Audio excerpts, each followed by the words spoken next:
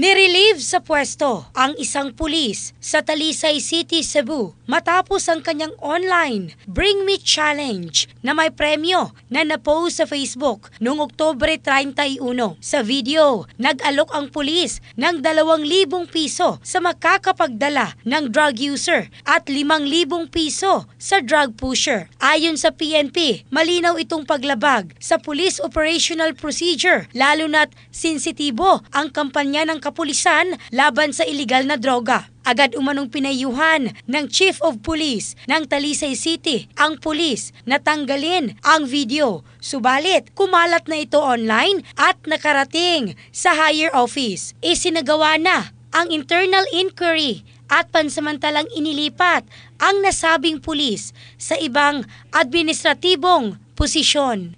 Kaugnay nito, pinaalalahanan ng PNP ang lahat ng miyembro na maging maingat sa paggamit ng social media at tiyaking hindi ito makakaapekto sa dangal at kredibilidad ng kapulisan. In the heart of changing lives, ako si Michelle Craste ng Brigada News Philippines, the Music and News Authority.